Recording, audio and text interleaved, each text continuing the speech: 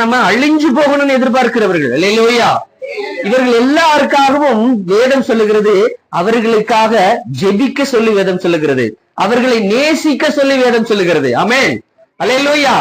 அப்படிப்பட்ட ஒரு பிரமாணத்தை தான் இயேசு இந்த உலகத்துல கொண்டு வந்தார். அப்போ இது எல்லாமே தவறா இல்லையா? உங்களுக்கு விரோதமா ஒருத்தன் தப்பு செய்யறான், உங்களுக்கு விரோதமா ஒருத்தன் அவர் சொன்ன மாதிரி ஒரு கணத்துல அரைஞ்சிட்டா அப்படின்னா, நம்முடைய பழைய பிரமாணம், அதாவது நியாய பிரமாணத்தின்படி ஒரு ஃபார் எக்ஸாம்பிள் ஒரு அடிச்சு அந்த பல்லு கீழே விழுந்துருச்சுன்னு வச்சுங்களேன், அப்ப நம்முடைய நியாய பிரமாணத்தின்படி நம்ம என்ன பண்ணலாம்னா, திரும்ப அவனை ஒரே அரைஞ்சு அந்த பல்ல பிடுங்கிடலாம். அல்லேலூயா. கண்ணுக்கு கண்ணு பல்லுக்கு பல் அப்படிங்கிறது தான் நியாய பிரமாணம். ஆனால் நம்முடைய கிருபை பிரமாணம் நமக்கு என்ன சொல்லுதுன்னா, ஒரு கண்ணத்தை உன்னை அறைந்தால் மறு கண்ணத்தை கொடு. அல்லேலூயா. எத்தனை பேரால முடியும்?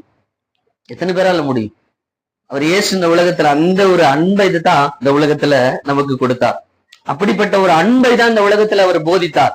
அப்ப ஒரு கண்ணத்துல அரைஞ்சவனை நீங்க மறு கண்ணத்தை கொடுக்கணும் அப்படின்னா, இடையில ஒரு சின்ன ப்ராசஸ் இருக்கு. இடையில ஒரு குக்கர் இருக்கு. குக்கர்ல அடுப்புல விசில் விட்டுருச்சு, குக்கரை எடுத்தோம்னா அந்த சாப்பாடு எடுத்து போட முடியுமா? என்ன பண்ணணும்?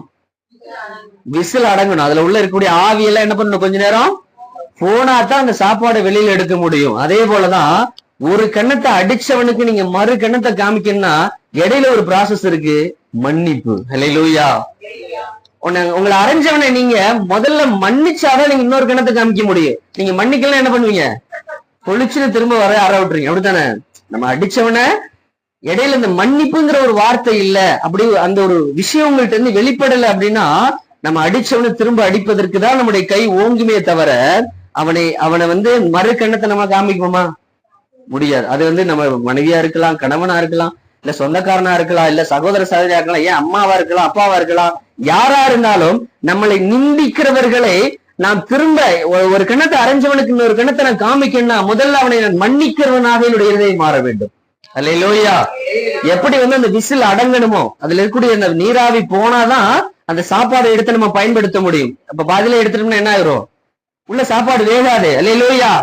அதே போலதான் அந்த ஆவி நமக்குள்ள இருக்கக்கூடிய இந்த மன்னிப்பு நமக்குள்ள இருந்து வெளிப்படவில்லை என்றால், எப்படி அந்த ஆவி வெளிப்படுற வரை நம்ம வெயிட் பண்ணுமோ, அதே போல நமக்குள்ள இருக்கக்கூடிய அந்த மன்னிப்பு வெளிப்படலை அப்படின்னா, எனக்குள்ள இருக்கக்கூடிய இந்த ஆத்மா பரலோக ராஜ்யத்துக்கு கடந்து போகாது.